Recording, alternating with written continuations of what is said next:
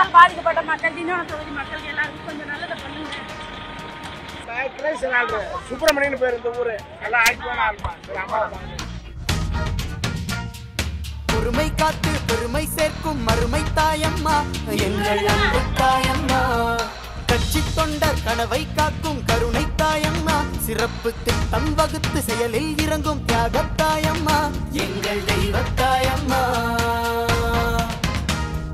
புரட்சி தலைவி புகழை காக்கும் புரட்சி தாயம்மா, எங்கள் புரட்சி தாயம்மா.